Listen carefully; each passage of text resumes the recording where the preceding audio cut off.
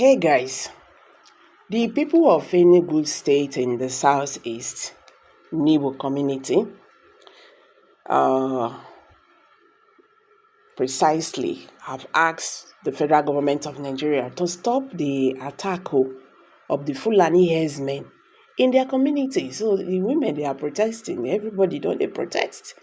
They say the federal government must stop these Fulani herdsmen attack in their community.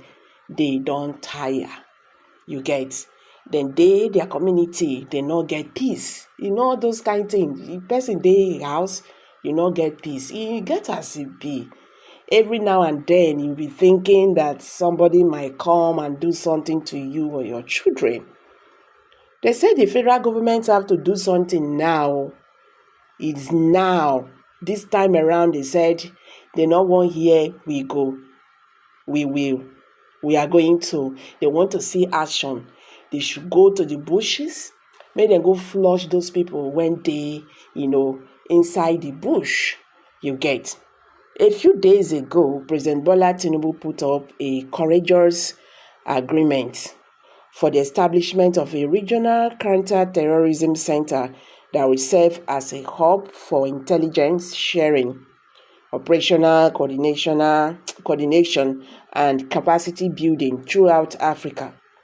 He spoke about the backdrop of the pervasive tendencies of terrorism in many parts of the continent and the attendant cost in human and material resources.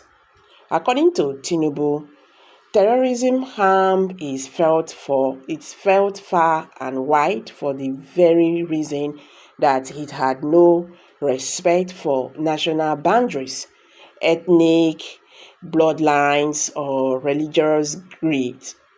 We must therefore fight these threats together, combining determined national effort with well-tailored regional and international collaboration, he pleaded. Those were fine remarks which on the surface were enough to earn the president the status of concerned Africa statesman. But why Tinubu lectured on security in Africa, Nimbo community in Uzo, Wande local government area of Enugu state, was in serious pains and has remained so, counting its losses from a recent Fulani herdsmen attack. The invasion, which took place on Sunday, April 28th, left many dead and others wounded. Various figures have been posted on the number of victims. But the APIS Igbo Social Cultural Organization, Organizing Igbo, has identified 4 of the dead. They were attacked while mourning one of their own at Nimbo community in Enugu state. This is not the first time such mayhem would be visited on Nimbo. In 2016, about 40 persons were reportedly killed in the same community by suspected Fulani herdsmen. 7 villages, Nimbo, Waku, and the rest. 10 residential houses and a church, Christ Holy Church International, aka Odoziobodo, were burnt by the atrocious herdsmen. Vehicles and motorcycles were destroyed and domestic animals killed.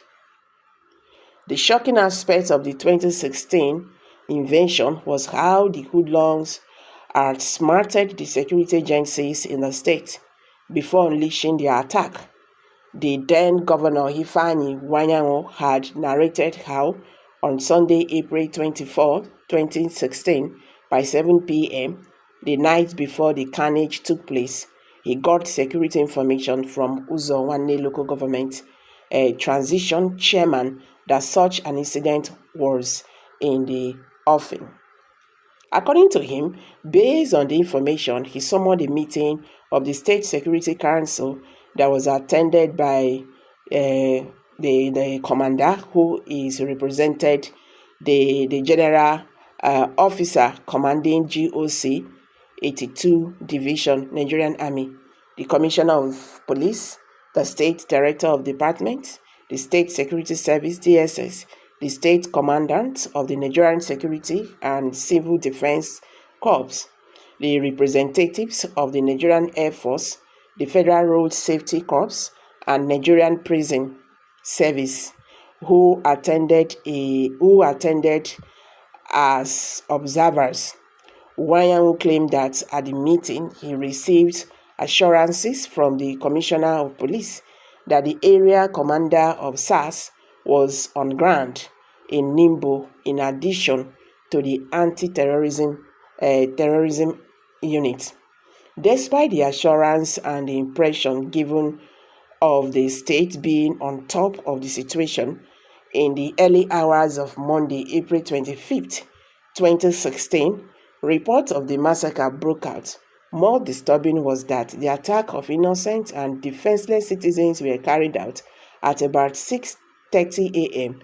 without the state and security agencies lifting a finger.